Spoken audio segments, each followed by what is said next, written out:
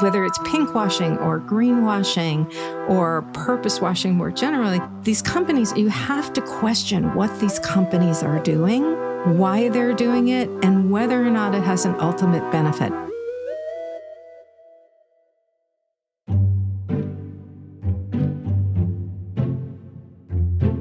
Have you ever been suspicious of a corporation showcasing their commitment to the environment, to marginalized groups of people, or to those suffering through a deadly disease? No, you're not jaded or cynical. You've just seen right through the business world phenomenon called cause washing. My guest today is Dr. Mara Einstein, host of the podcast Hoodwinked, which explores how marketers use the same tactics as cults. She's also the author of many books, including the one we are discussing today, Compassion, Inc., How Corporate America Blurs the Line Between What We Buy, Who We Are, and Those We Help. For this episode, Professor of Media Studies, Dr. Einstein, takes me to school on the history and modern state of cause marketing, tricks like greenwashing and pinkwashing, all to explain how major companies have long played on our empathy and our desire for identity to both improve their public profiles and their profits, while still shifting the responsibility of true social change to their oh-so-loyal customers. I'm your host, Chelsey Weber-Smith, and this is American Hysteria.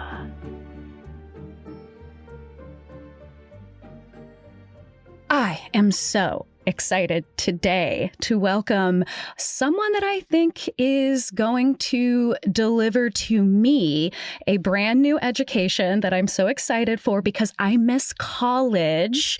And we are going to, I believe, have a very interesting conversation. So thank you for being here, Mara.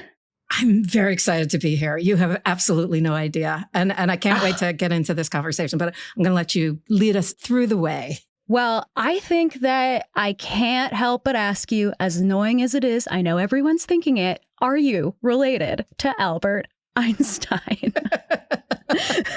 Actually, yes. And it's really funny because that comes up every time. And I usually start my talks by saying yes, because I know that will be the first question that people will ask. Otherwise, I am actually related via my ex-husband. Like I like to say, my daughter got the blood. I just got the name. Okay.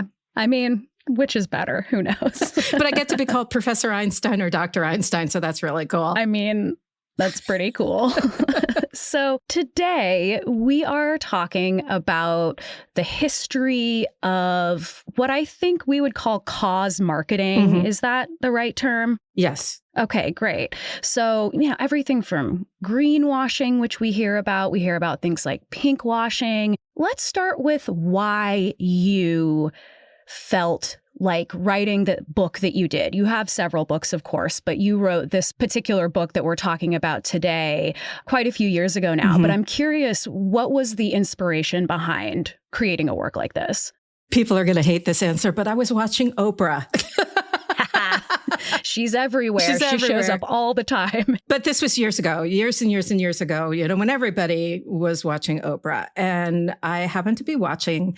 And one day she had Bono on. Mm-hmm. And they were sitting across from each other. And Bono is talking about this new plan that he has about getting people to buy a product. And in association with that product, a certain percentage of the sales were going to go to help fund AIDS medications in Africa. And I thought, God, that sounds like a really great idea.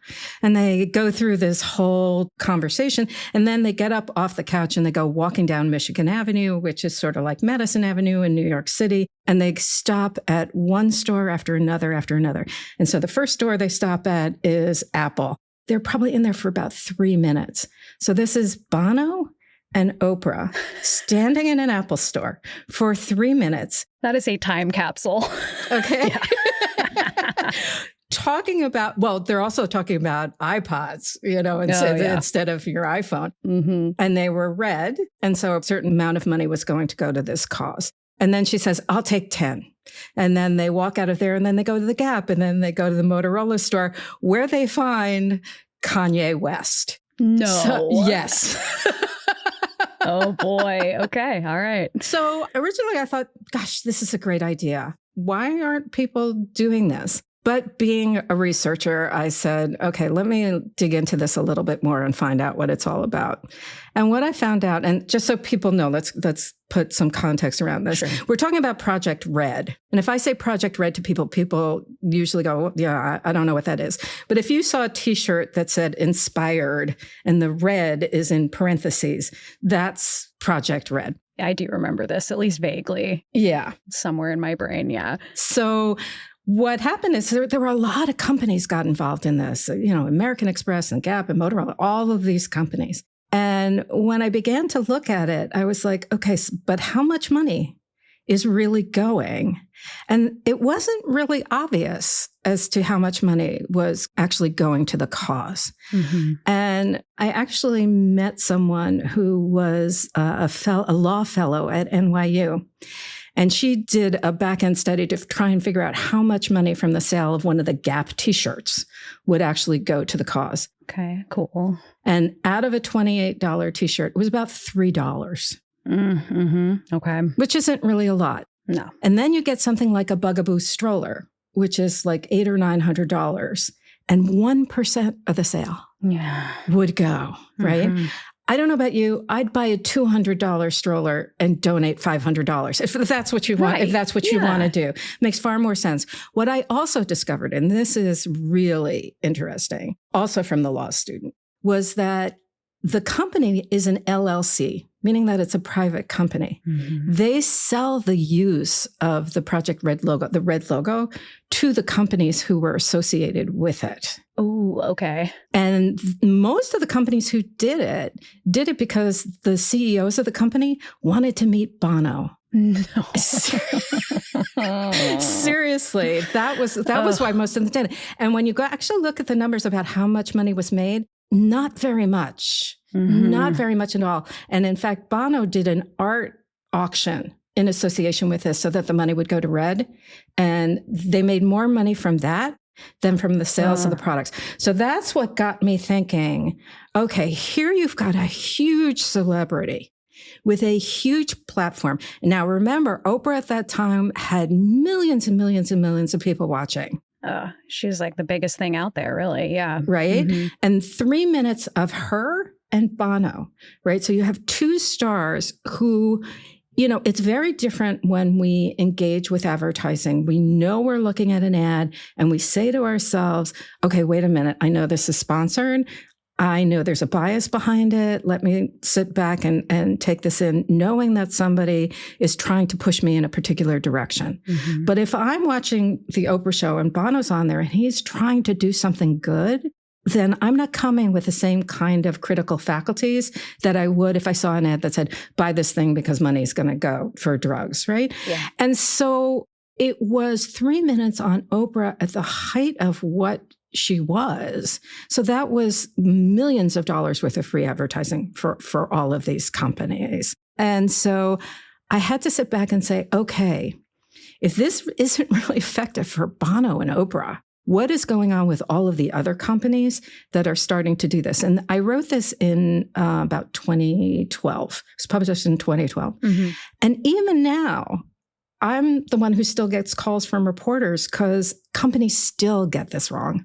Sure. They still don't know how to do this kind of purpose marketing or cause marketing or whatever it is in the right way. Right.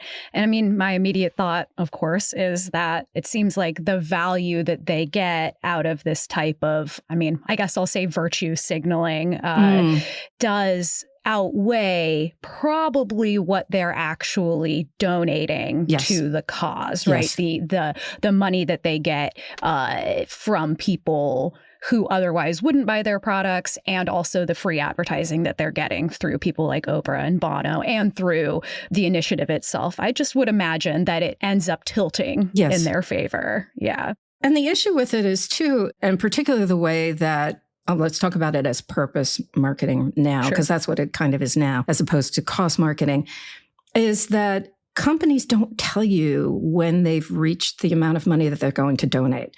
Because oftentimes what you see is, say, breast cancer. Right. You might see something and they'll say, if you buy this bracelet, up to $50,000 will go to some kind of breast cancer research foundation or whatever it is.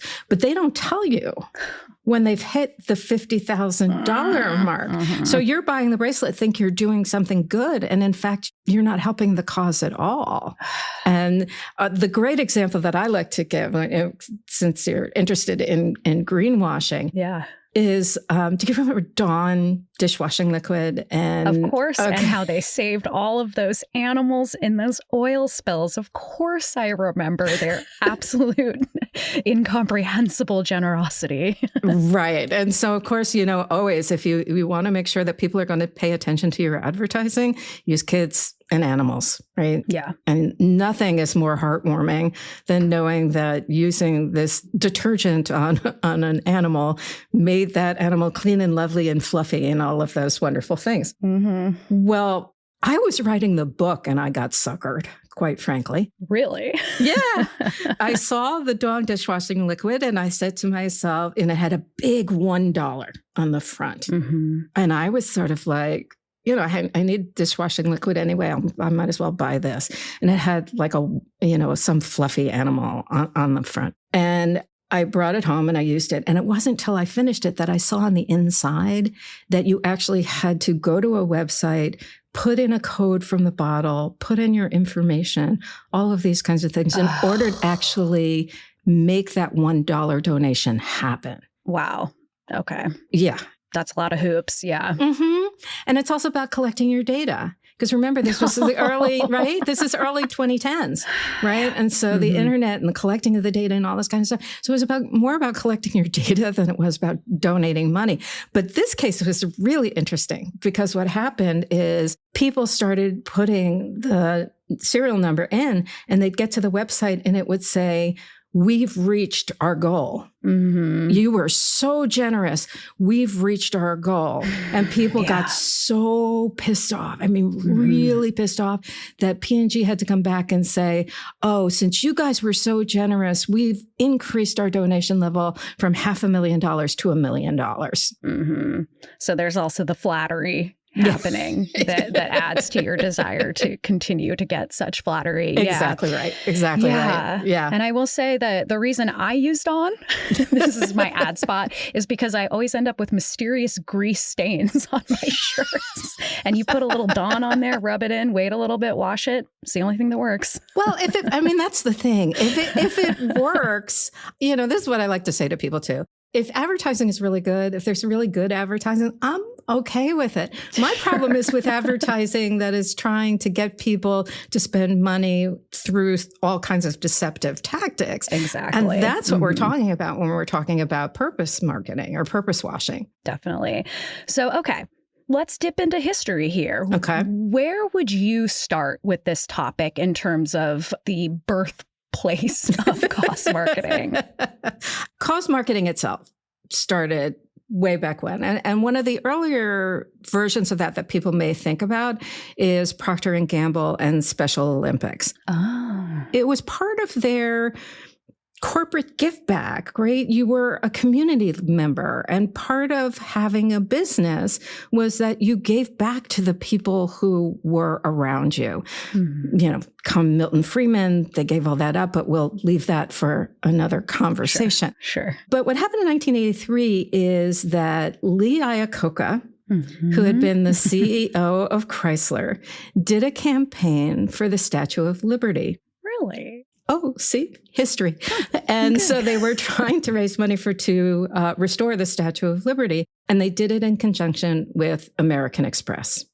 Okay. American Express features the Statue of Liberty. Okay. Right, exactly.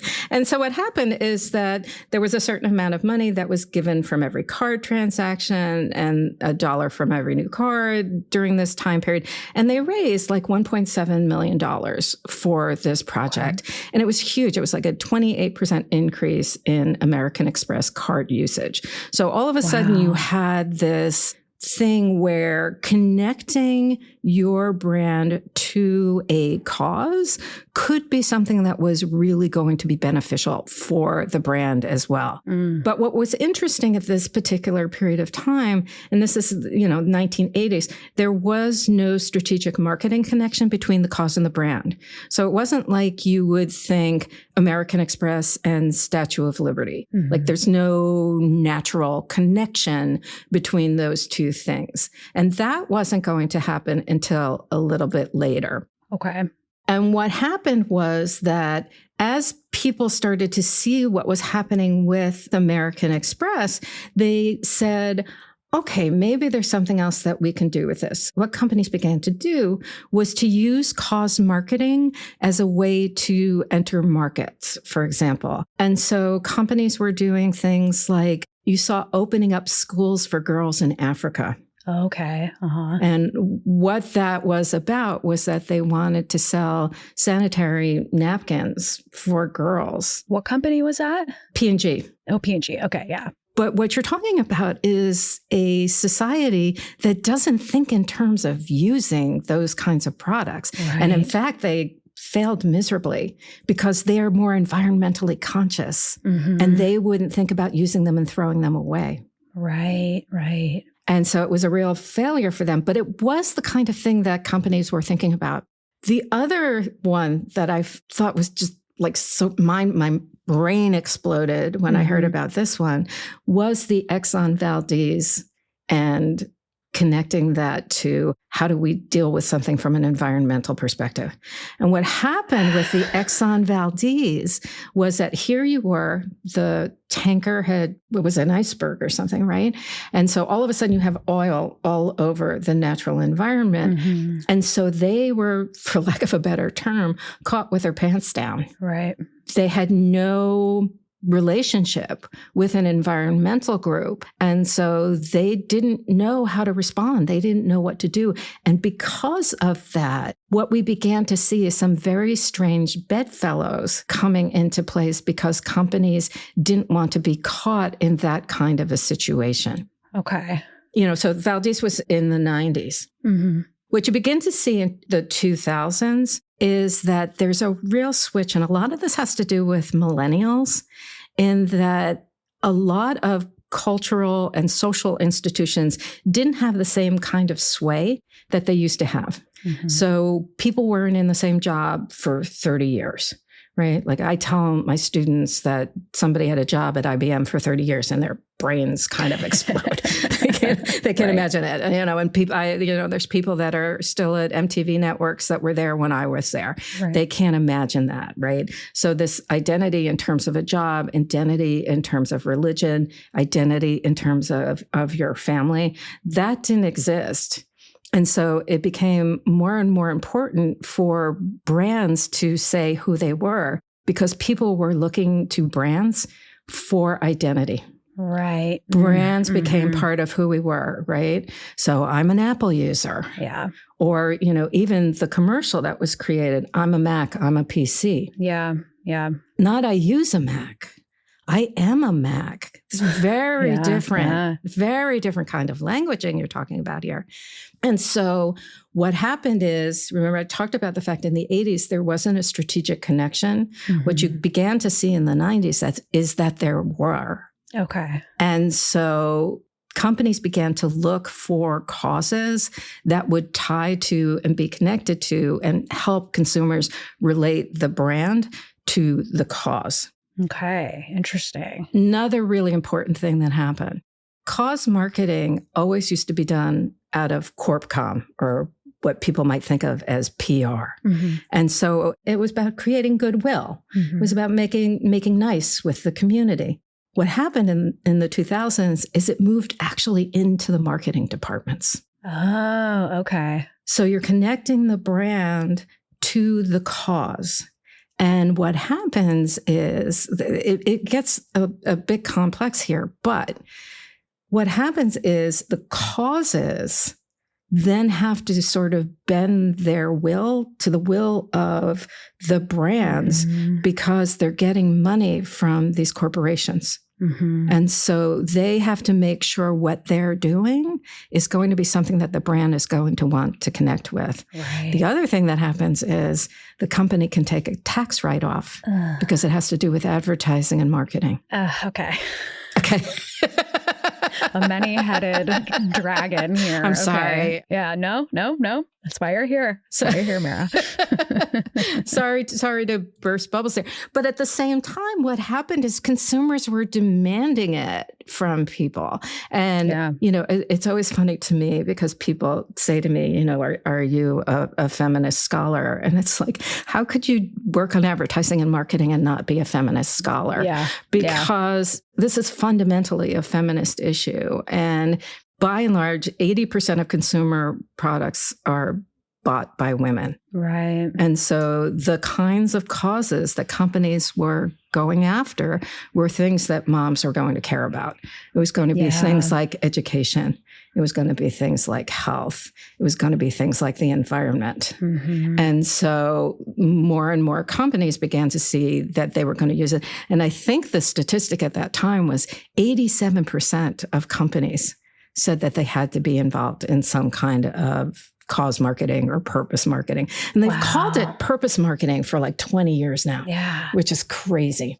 Well, you know what this immediately brings to mind, which is something we actually recently talked about on our show, and we've talked about several times, and that's, the early forms of PR around like what Bernays was doing with the suffragettes and their cigarettes and trying to, posture this product as something that you could smoke that would, lead to some kind of liberation because, women weren't supposed to smoke. So I think that, even though that's not cause marketing, I guess that's more like manipulation. It's still kind of connecting activism and a product, which is very interesting. Yeah. Well, slightly off topic, but so fascinating about Bernays. I'm actually on a committee for a PhD student who's doing his dissertation about Bernays in terms of his theatrics, because he was very theatrical. And everyone had to be a showman back then. Everybody. Couldn't get anything done. Right. And so what Bernays did, and this also ties to Lucky Strikes. So Lucky Strikes had a green package. Okay. And green was not a color that was in fashion. Nobody wore green. And so the company came to Bernays and said, help us sell this product. And he said, change the color of the packaging, right? Would be the easy thing to do. And they said, no. Wow. We don't want to do that. Huh. And so you want to talk about manipulation. And this is why I say this. What Bernays did, now this is like the 1920s, he went to all the fashion designers and told them they should create clothing with green fabric. They hadn't been making green fabric. That was part of the thing. And so he got them to make green fabric. He got them to make clothing out of green fabric. He put on this event so that all these socialite women, right, who weren't supposed to be doing anything other than sitting nicely. Sure. They brought these famous paintings with all kinds of green color in them over from Europe, and then they recreated tableau with these socialite women, right? All wearing green and the green foliage and all the kinds of stuff. At the same time this thing is going on, all of Fifth Avenue's windows are filled with green colored clothing. So in about 2 years, he got people to change their feelings about this particular color. P.S. Then it's okay to smoke Lucky Strikes because this is like the vogue color to be associated with. Wow. I gotta say, that's some three-dimensional chess. Yes. It's definitely for better or worse. I'll say probably for worse more so. But that's, that man is fascinating. And I'm glad that dissertation is happening for sure. I would love to read that. Yeah. Very cool. Okay, so what do you think comes next? Like, what do you think in this story would be a good place to go next? I think part of it is, if we want to focus a little bit on greenwashing, Sure. let's go back to the 70s and talk about that Coca-Cola. Yeah. Would like to teach the world to sing. And if I'll sing it, I know about it. Yeah. I'll sing it for you if you want. Song. It's such a good song. I've been listening to it a little bit on and off. Obviously, we just talked about this in our jingles episode. So we didn't give a ton of background on it, though. We just kind of explained it as an attempt to tap into a younger market, essentially. So yeah, please take it away. Let's talk. Let's teach the world to sing. Well, it was also a popular song. It wasn't just a jingle. Yeah. And so that's really important to know about how marketing works, more so back then than now. But let's even think about back then. You're talking about mostly 3 major broadcast networks. So 90% of people are watching one of those 3 networks at night, right? During prime time. So particularly people who, of younger generations who are used to having social media, it's hard oftentimes to understand that the way that the marketing worked back then was that it wasn't that they expected everybody who saw the commercial was going to then go out and use the product, but that word of mouth was going to be the thing that was going to help sell. Right. And word of mouth was much easier back then because you had so many people seeing the same thing. And what they were seeing was more limited.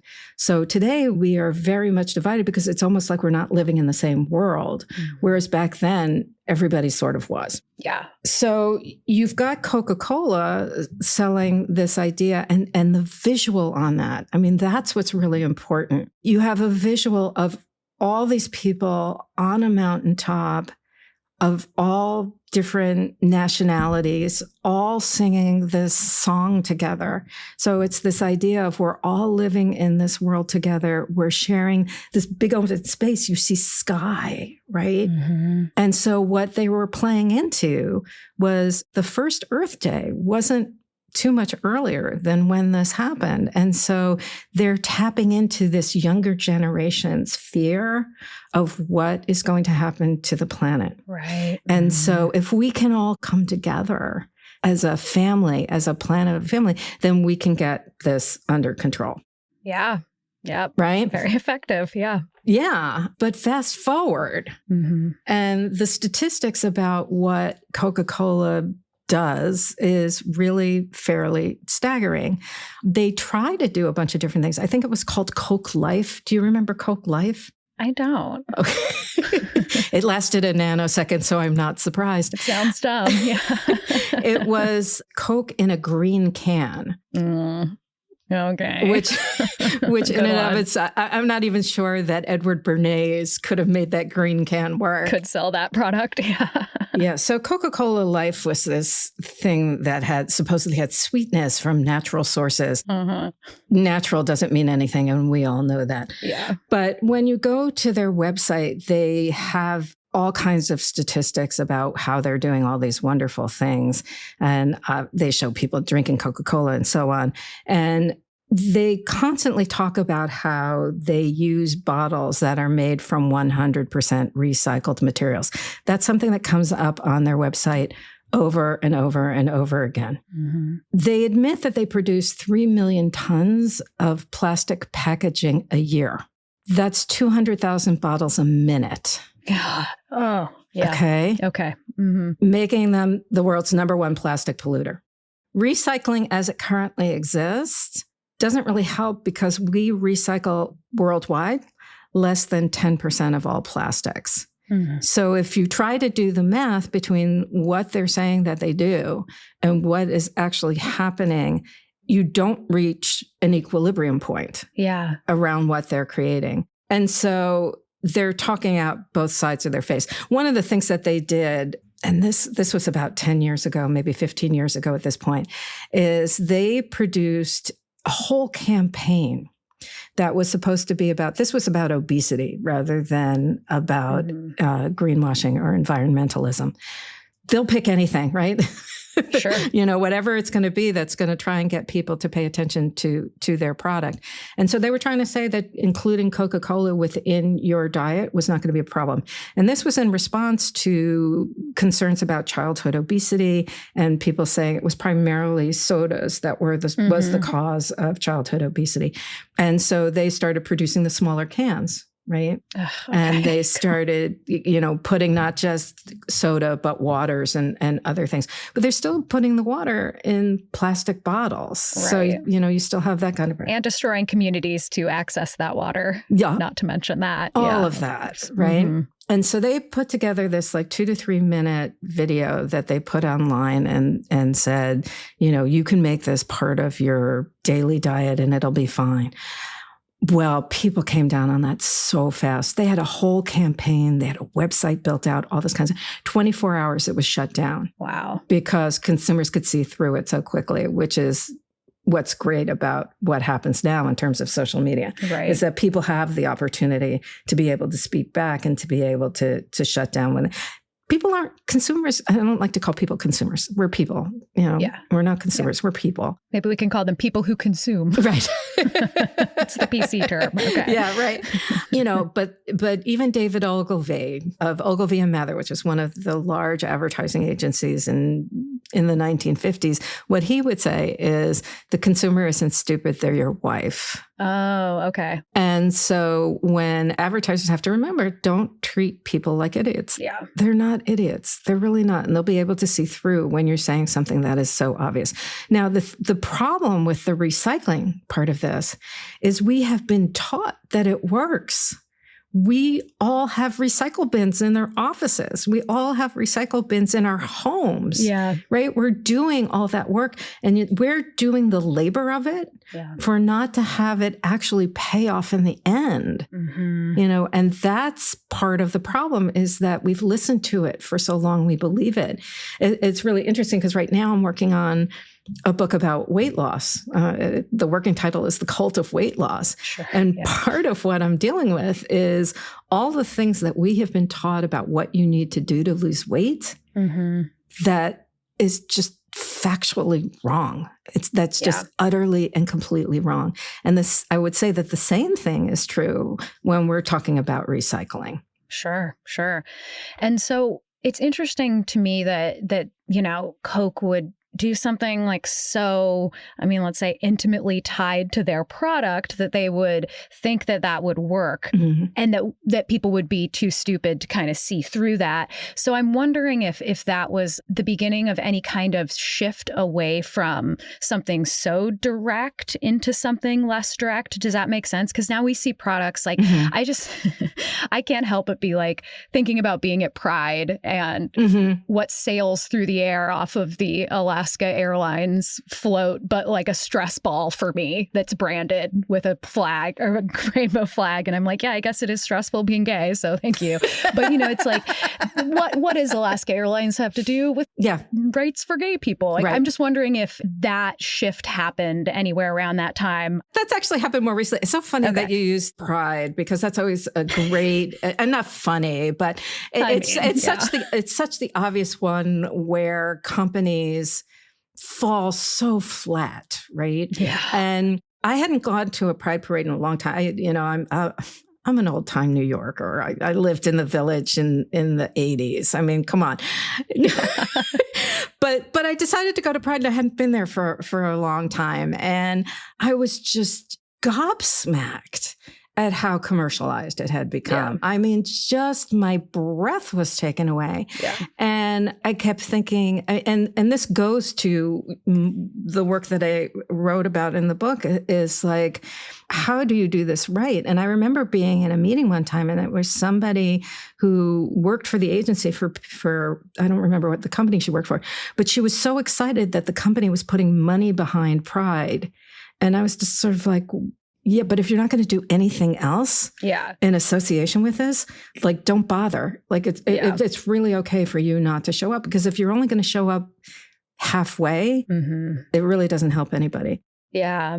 And I do feel too, that there's this idea, and we'll rewind in a sec, but I do think there's this idea that, I mean, I know there's this idea that representation is its own form of activism. I'm not disagreeing with that, but I think that we see companies that are like, look at my commercial that has 2 women kissing in it. Or look at my commercial. Look at this Black family that we've like been so generous as to include in our advertising. Like it feels like that has been a new form of cause washing or cause advertising that we're seeing now, that it can be quite frustrating because, as you said, it's like what you're not really putting your money where your mouth is at all.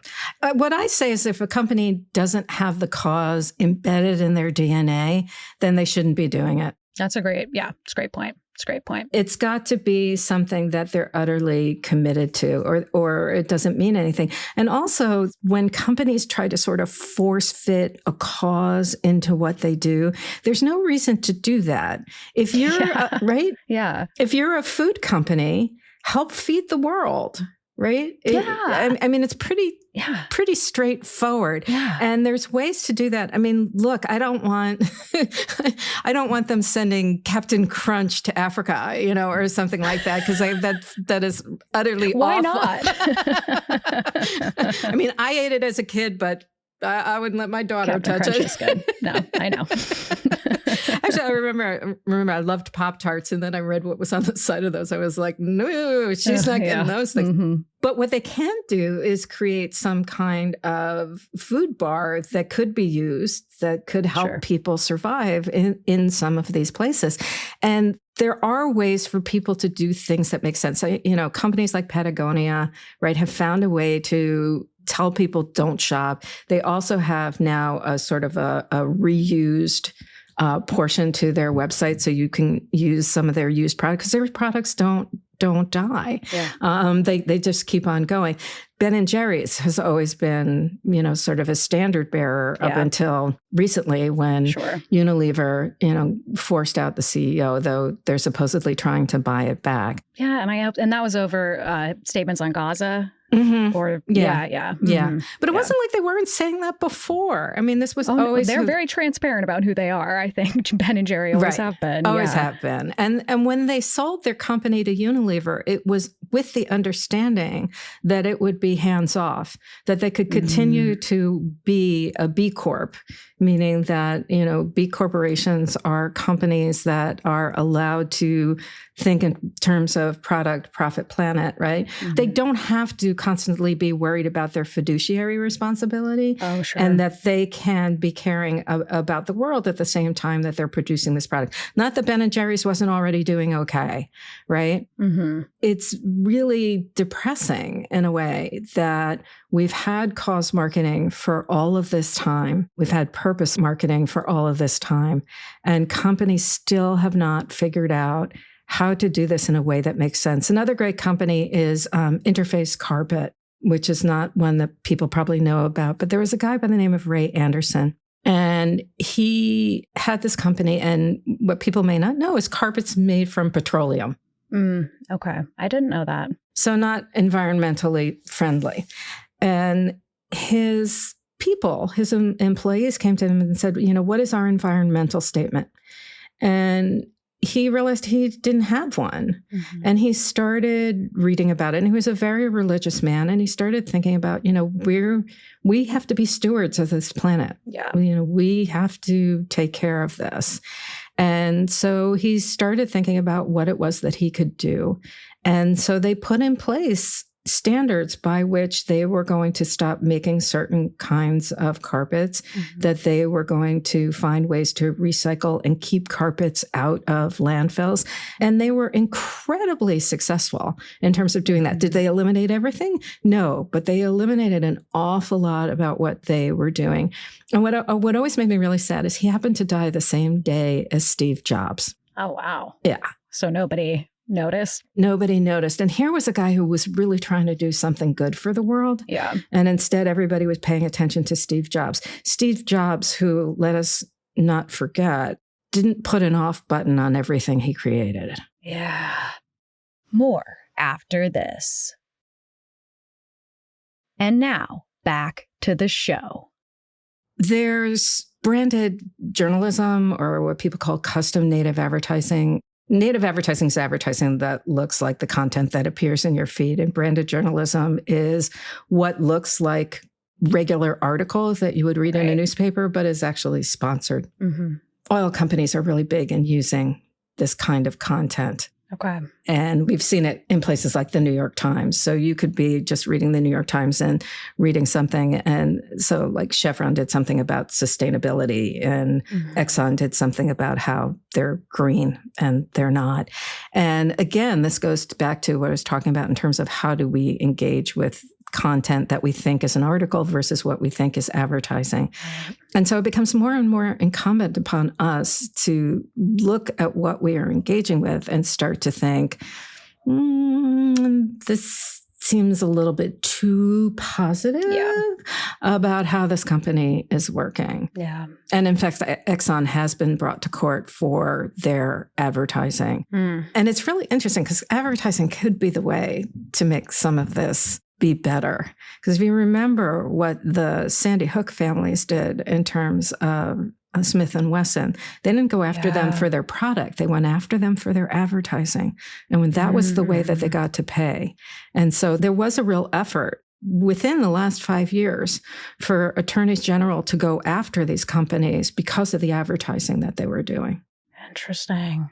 Okay, so maybe we should go back a little bit, right? And keep going with some of the history of this stuff. You know, I immediately think, because we kind of left off in the 90s, and I think of the 90s as being such a time of liberalism, right? We have like a new wave of feminism. We have this like resurgence of the environmental movement. And we have kind of, even cartoons are telling kids to, Captain Planet, right? It's like, put all your rings together and save the earth. And, I think that we were really raised in that feeling. And, I know that millennials are obviously the biggest market right now, at least for the time being. And so, I think it makes sense that our values that have stuck with us since then can be sort of exploited now. But let's go back to kind of what was happening in the 90s around this kind of cause washing. Can I actually go back a little bit more for you in terms of how marketing works? Oh, yeah, please. Okay. So what we had in like the 1950s and 1960s is what we talk about as the head sell or the rational sell. At that time, they had something called the unique selling proposition, the USP. And this was created by Rosser Reeves. And it was something that you could say that would differentiate your product from the competition. And it was like a short little thing that you could say, and you just said it over and over and over and over and over again. So M&M's melts in your mouth, not in your hands. Okay. Right. And so it was a message that you could send out to your consumers, and they would say, oh, okay, that's an easy thing for me to remember. Sure. By the 1960s, you had the creative revolution because you had the baby boomers who had gone to college. So this kind of whack people over the head with the same message wasn't going to work anymore. Yeah. You needed to come up with creative that was going to be a little bit more interesting than that.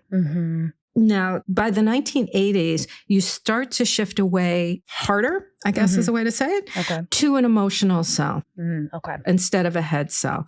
Now, it wasn't like advertising agencies weren't already using psychologists like in the 1950s to start to understand what consumers thought.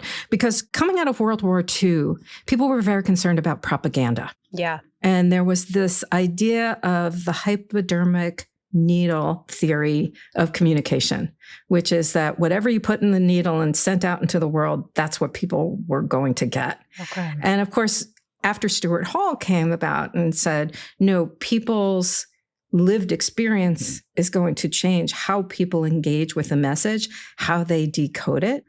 We as communication scholars began to understand, no, we can't just put the same message out to everybody and everybody's going to get it and they're all going to respond to it in the same way. Right. And so that starts changing a bit in the 80s. And initially, what we have in the emotional sell is that we start to tap into what people care about, which means that we had to understand who consumers were.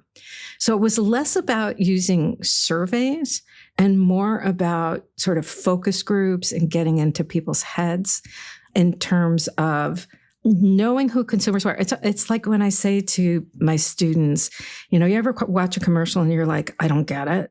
And it's like, the reason why you don't get it is it's not meant for you. And that's how targeted marketing works. It's how segmented marketing works. They're trying to talk to specific people and they're getting into their heads in a way that they know that can create a message that's going to get them to buy. Right. Ugh. So let's go to the 90s and beyond, which is what you're talking about and getting into the cost marketing. So that's when you get into the spiritual and ethical sell. Consumers want to know what a brand believes in. This is what we were talking about before in terms of, because I need to use a brand, as a brand becomes a symbol of who I am, I need to know who that brand is before I'm going to make it part of my identity. Right. So a brand has to communicate to me who it is that they are. Mm-hmm. So when you have this need to create, the brand has to have some kind of identity that you're going to care about. That's when you start to have more and more of these companies in the 2000s that are saying not just buy my product, but buy my product because I'm a good company and I do all of these good things and I believe in the same things that you believe in. Mm-hmm. And so what it used to be, in the way that cause marketing was talked about, was that it was created specifically so that there would be money raised for the cause. That's what it was supposed to be. And even in the early aughts, that's what it was. But by around 2010, it totally pivoted off to just be one other thing that companies could use to say, we're really good and so you should buy us. Yeah. So it became another product attribute instead of the company caring about what it was they were doing. Now, think about this in terms of Disney and the Don't Say Gay bill. Right. It's not the kind of situation anymore where a company can just say, you know what, I'm going to keep my mouth shut. I'm not going to do anything. Yeah. Because it may be that your employees or your consumers are going to say, no, you can't afford to stay quiet anymore. And I guess it's like, this idea that you have to take a stance is kind of, like you said, like relatively new. Mm-hmm. And I think we see that stance taking really backfire sometimes in the way that you have talked about. I mean, I think of like when, whoever it was, Kylie Jenner, I don't know, handed a cop that Pepsi to stop police violence, and that wasn't attached to any, like, as far as I know, I could be wrong, I didn't see any Pepsi initiative to address systemic police violence. I don't, that feels like it would be a step too far. Right. And I don't know, it just seems like, I know I've read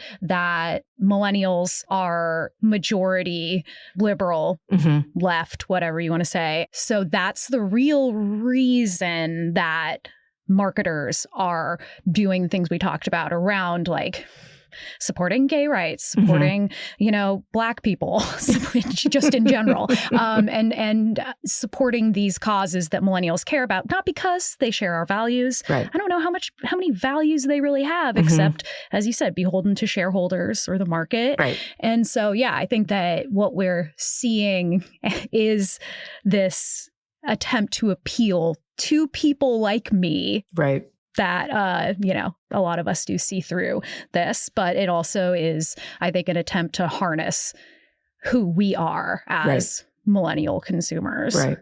And sadly, I hope you will give me time to do this. I'm sure you will. Yes. To end on a positive note, because I hate to leave people hanging. But right now, we are not in a good place because, a couple of things. The Kylie Jenner ad, part of the reason why that came about is that brand companies are bringing their advertising in-house.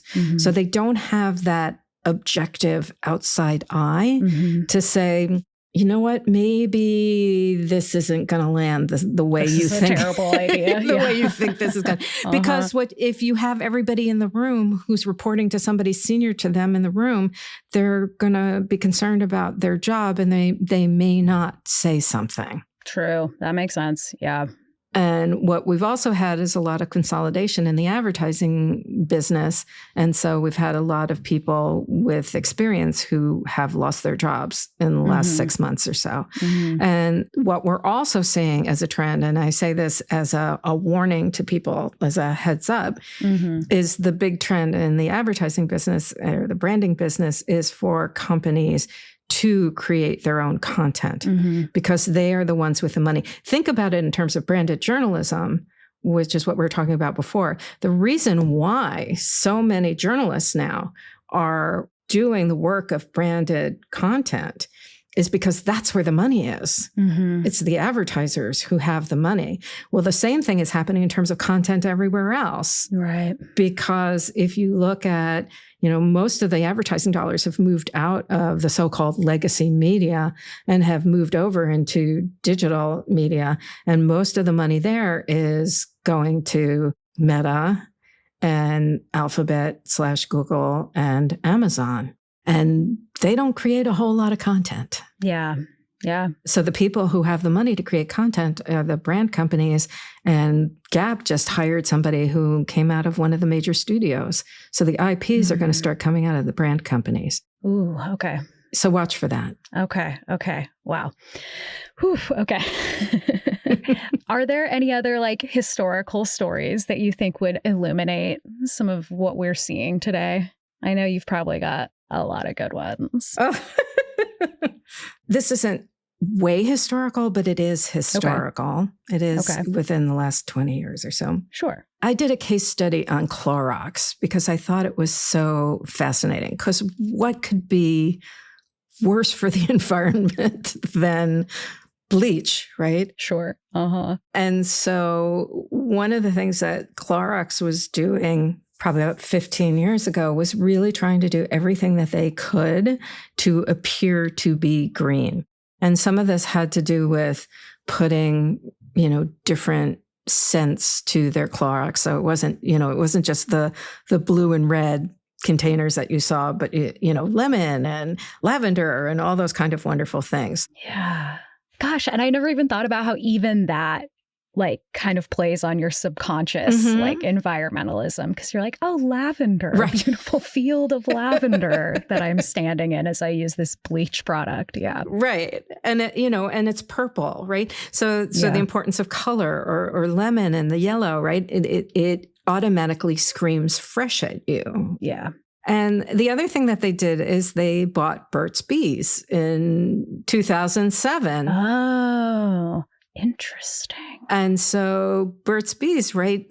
You think about Burt's Bees and you automatically think of your local hippy dippy, store. You're not thinking in terms of Clorox. Yes. But then they came out with that product, Greenworks. And when they came out with that product, they kept Clorox on the front. They didn't hide the fact that it was from Clorox.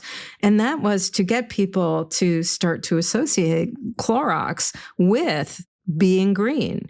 And because Clorox is so big and because their distribution ability is so much better than some of the smaller brands that were out in the market at that time, they were able to buy up shelf space so much easier. And they were able to take over the space and be the leader in sort of the green cleaning space. I think within a year or two. It was a very short period of time. Yeah. And so because they had such large distribution, they were able to undercut their competitors' prices. Okay. Wow. Yeah. At the same time, they had this label on the side of the packaging that said endorsed by the Sierra Club. Right. I put endorsed in very large scare quotes. Big air quotes happening. Yes. Scare quotes. And basically what it was that they paid the Sierra Club to put that labeling their name on the side of the packaging. Mm-hmm. And all of this was being done for Clorox to be able to promote bleach as not as bad as you think. And actually, the SVP of marketing would go to conferences and say, yeah, we're not really bad, right? And it allowed them to start to claim this mantle of environmental steward. Mm-hmm. And they couldn't have done that if they hadn't done the stage by stage by stage of buying Burt's Bees, of bringing in a new product, of getting an endorsement in order for them to be able to start to say, you know what, we're not so bad. We're okay. We're okay, guys. Right? Some more kind of 3D chess happening there. Right. Interesting. So can I ask why or how the Sierra Club got involved in this and would have agreed to it? Is it just about making sure that they have more funding? Funding. And it was a good chunk of change, in order to be on the back of every bottle. And, and that goes back to what we're talking about all the way along in terms of the cause marketing is what is a cause willing to give up in order to be able to get the funding. Because remember, let's talk history. This is the part of history we haven't talked about. Okay, let's do it. Ronald Reagan. Our guy. Ronnie Reagan. Ronald Reagan. Let's hear it. So remember, in the 80s, he cut corporate taxes. Mm-hmm. And in doing that, he all but eliminated the social safety net. Right. And the expectation was that the corporations would come back and fill in the void that was left by these corporate cuts. Now, some was done, but not nearly enough to make up for the losses that were done because of the cuts, because of Reagan. Yeah. And look, I come out of corporate. I have an MBA, the whole 9 yards.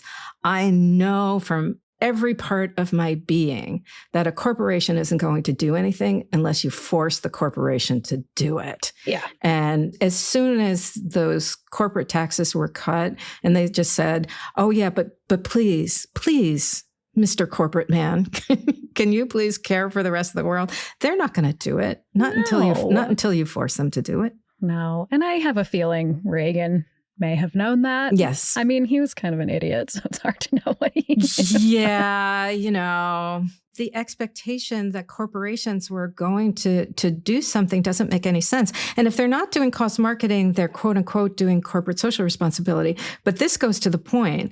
The corporate social responsibility isn't really anything more. And if you go to the company's websites where they talk about this, isn't really anything more than what they are required to do by law. It's mostly their environmental stances, but their environmental stance is based on what they are required to do. They aren't doing anything special. They're just telling people that they're doing it. One example I want to give, which is just really funny and is more modern or whatever. So talk about a missed cause marketing thing. So for one of my more recent books, I did research on multi-level marketing. And almost every multi-level marketing company has a cause connected to it. Check it out. Doesn't surprise me. Yep. Almost every single one. And one of them was Tupperware. And Tupperware, their environmental stance was sustainability. Mm-hmm. Okay. Because they're like, you reuse this.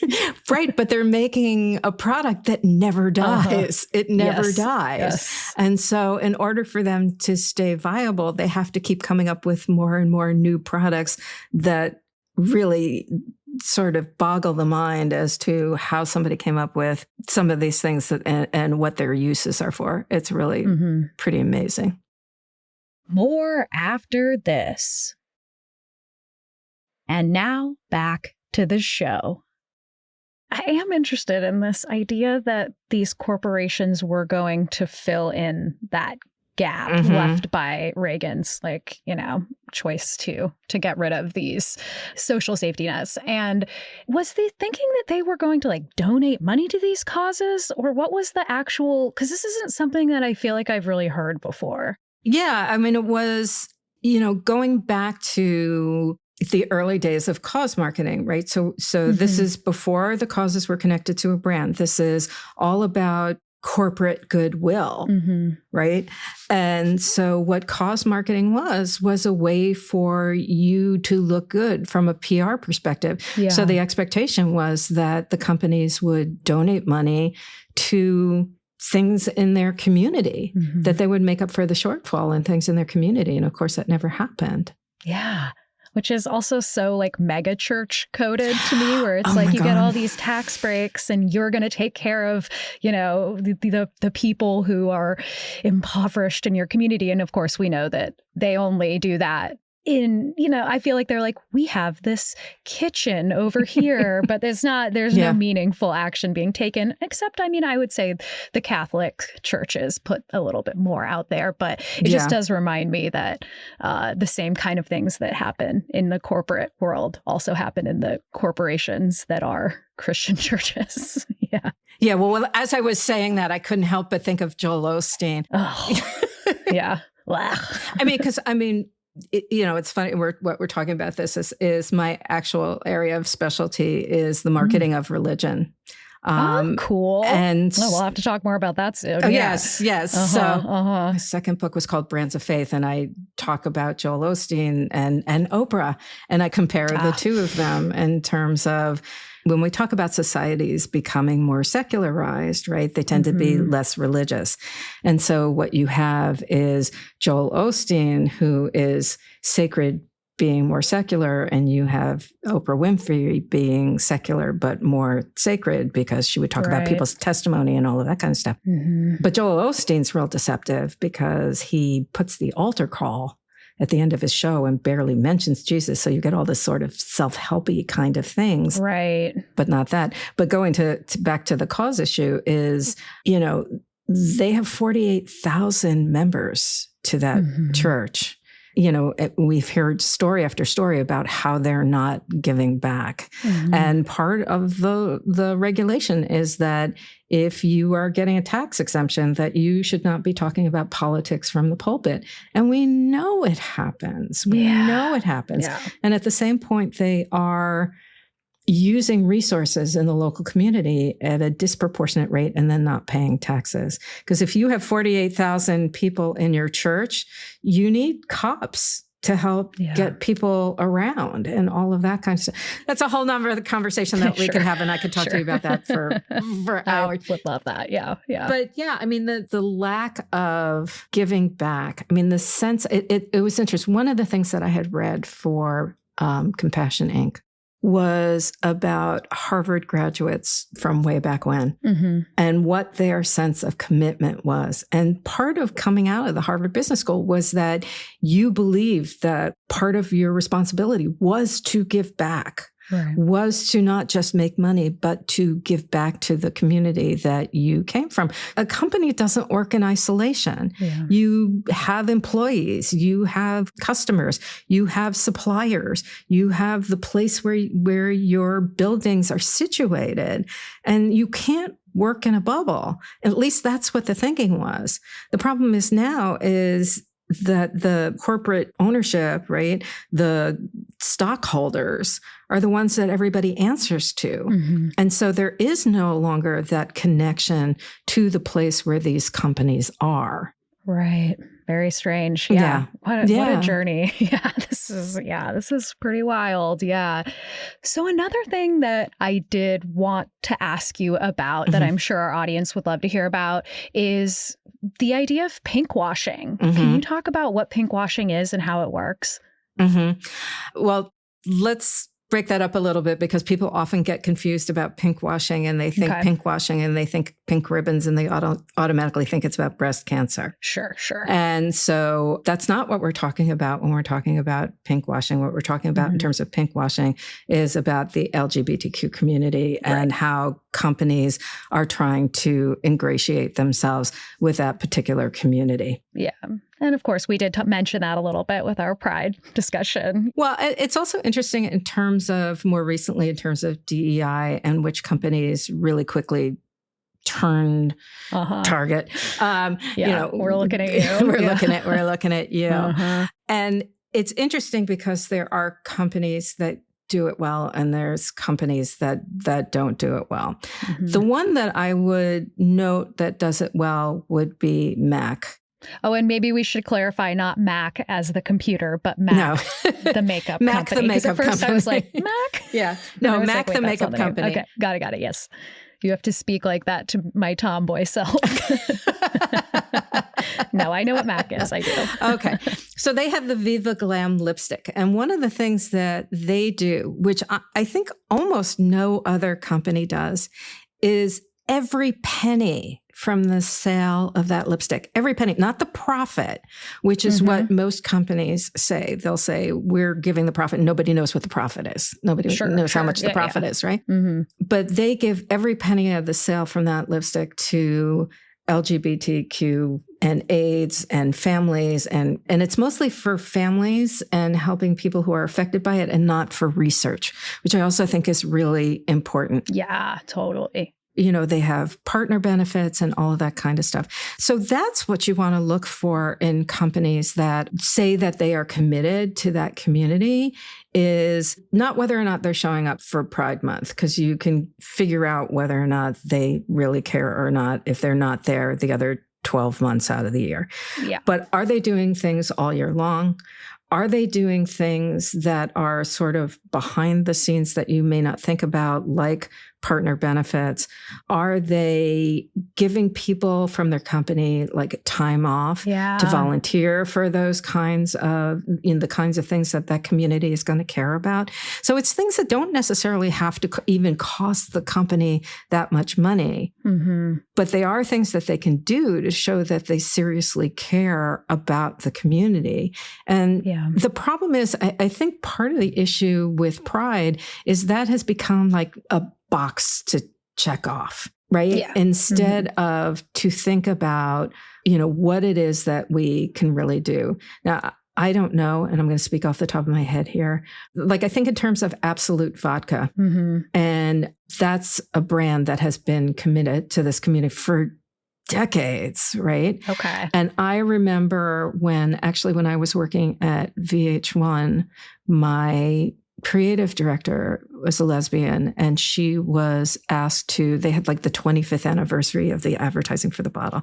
And she was one of the people who was asked to create one of the like 25 commemorative pieces of art that they were going to create in relationship to that. So that's staying true to who they are. They could have gone out and just hired anybody, but they said, no, we want people from the community who are going to be the people who are going to create these bottles for us. So that's the kind of thing that companies can do to say that they are invested in this community. Yeah, absolutely.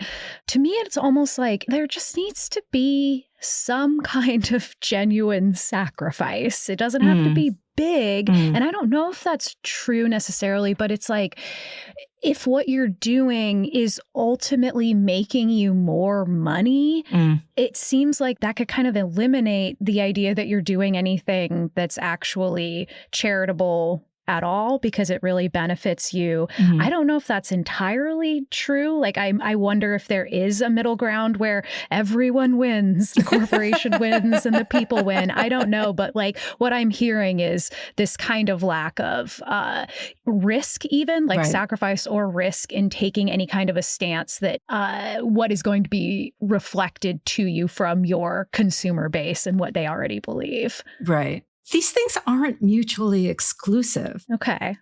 That's what I'm trying to get companies to understand. Because I think of something like Timberland. Timberland's another company. They were really well known for, that's why I was thinking about the volunteer thing. They were very well known for giving their employees time off to help with environmental issues.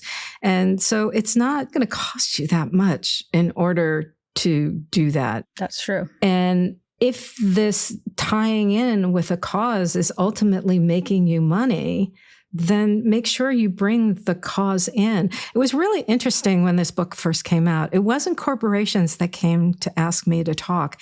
It was the causes. Oh, that makes sense, I think. Yeah. Because they understood. They understood that we're being affected by how corporations decide that they're going to work with us. And what is the best way for us to be able to do that? Yeah. And so it was interesting to me that corporations didn't want to know how to do it better. Yeah. And some of the ones, I mean, like an example about a company that I think is doing a really bad job at this and is a cautionary tale about what to avoid is H&M. Oh, okay. Yeah. Okay. Okay. So they have a huge sustainability area on their website. They even came out with like a conscious clothing line, but you'd be hard pressed to go into their store and find that. Really? Yeah. Okay. They also have this thing where if you bring in clothes, and they don't necessarily have to be them, but if you bring in used clothing and put it into a box, that they will give you a 15% discount. Right. I always ask my students if they know about this. None of them have ever heard about it before. No, I haven't heard of it. So if you're doing these things and nobody knows about it, then that's kind of a problem. Now, you also have the problem that this company is, by definition, fast fashion. Yeah. Who they fundamentally are works against this environmental stance that they're trying to produce. Yeah. So you have these companies that are trying to do those two things. Yeah. The other example that I like to talk about is makeup, which one of the few companies that's doing well, even while retail is tanking, is Sephora. Yeah. Right? Yeah. People love them. Yep. And part of that has to do with, people can't see me doing it. I'm holding up my phone. Uh-huh. It's because we walk around with these things all day long, and we're taking pictures and we're taking selfies, and people are worried about what they look like. So even if they're using a filter, people are putting on the lipstick or doing whatever, but they're not thinking about the environmental consequences of all the makeup that they're using, all the plastic, all the petroleum, all of that stuff. And again, in the same way that H&M says, bring this stuff in and we'll give you a discount, Sephora says that they will recycle your packaging from your makeup. They won't give you a discount, but they'll recycle it for you, because people are always looking for that. And I was like, oh, okay, let me do this. Let me take advantage of this. And then I went to their website and it says you have to clean out the bottles. Like, how am I supposed to clean out a thing of mascara? How am I supposed to do that? And so putting on this, whether it's pinkwashing or greenwashing or purpose washing more generally, these companies, you have to question what these companies are doing, why they're doing it, and whether or not it has an ultimate benefit. And if it doesn't, then tell them. Call them out on it and say, why are you saying you do this when you don't do this? I would also recommend to people, there's a wonderful, wonderful website called TINA.org, and it stands for truthinadvertising.org. And they have a list of companies that are currently being either sued or examined because of their greenwashing stances. Okay. And so you can just go to that website and look for greenwashing, and it'll provide all kinds of information for you. That's really helpful. And, I can't help when you're talking about like the Sephora example, an H&M example, just how much of this quote unquote brand activism or whatever you want to call it has to do with shifting the responsibility to the individual at their own store, absolutely. Right? Which is such a problem within our government and our corporations is this idea like, you need to recycle. Yep. You need to make sure that you save the world. We just are offering you this opportunity because we're so generous that we'll let you do all the work to make sure that we look good. Right. Yeah. Right. Yep. Well, I'm so glad you brought that up, because this is so key to this whole neoliberal idea that we're putting the responsibility on the back of the individual, which is not where it should be. Can we make some changes at the margins? Sure. Of course. But the big changes are going to happen from governments and corporations, and they're the ones that are going to have to change. Regulations are going to have to change. Companies are going to have to make a decision that they're going to be either part of the fight or they're not going to be part of the fight. And right now, they're not looking like they're stepping up. Shocker. I know. I'm so surprised. No, I actually saw that this was so fascinating, and it's something that I think about. I haven't quite figured out what I think about it yet, is that companies are mad at us that they have to try and get us to buy. Oh my goodness. Yeah. Mm-hmm. Right? Yeah. Yeah. I can just see the shareholder meetings and the fists banging on the table. Why won't they buy? These selfish consumers. Yes. Right. But what's good about it for us, and on a positive note, is I think what's happening is people are starting to rethink about what it is that they really need and what it is that is just a want that has been kind of thrown at them. And one of the things about social media is that it is designed to get you to not think. It is designed to get you to work from emotion, right? We talked about the fact that everything from an advertising perspective is done from an emotional perspective. They're trying to get us to do something and not think and buy right away. But that gets exacerbated in social media spaces, because they're trying to get us anxious. They're trying to get us to not think. They're trying to get us to try and find a way to relieve that anxiety. And we do that either by scrolling more or by buying something. And so that becomes another reason to not spend so much time in those spaces. Yeah. Oof, definitely. Well, Mara, is there anything you want to leave us with today? I have a small section from the book, if you will let me do this, that I think will help people to understand where all of this can end up. Oh, please. Call me mother, daughter, teacher, friend, sister, or citizen. What I will not be called is consumer, and neither should you be. If we continue to name, or worse yet, define ourselves by what we purchase, we have little chance, if any, of getting out of the buy, use, dispose cycle of behavior. We have to remember this current way of organizing society is less than 100 years old. It is going to change. We've got to make sure it changes into something that's better than what came before. Yeah, it snaps. I love it. No, I think that's a wonderful, wonderful thing to end on. It's great. Yeah. And, just thank you so much for being here, Mara. This has been such a amazing, wonderful conversation. And I'm so glad. I think you're so great. Oh, yeah. Thank you.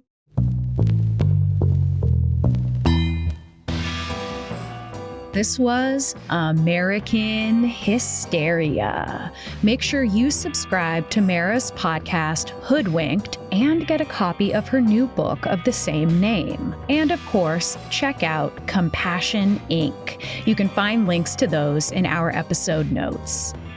If you want to support American Hysteria and help make sure that we can continue making the show, you can go to patreon.com/American Hysteria or subscribe on Apple Plus. Not only will you get ad-free episodes, but you'll get bonus content like Hysteria Home Companion, the other podcast that I make with our producer Miranda, where we tell you stories related to the topics that we cover or stories that we just know that you'll love.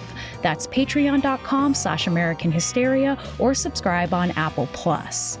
If you go to AmericanHysteria.com, you can leave us a message on the Urban Legends hotline about a tale that you remember from growing up or one you've heard recently, and we might do an entire investigation about it.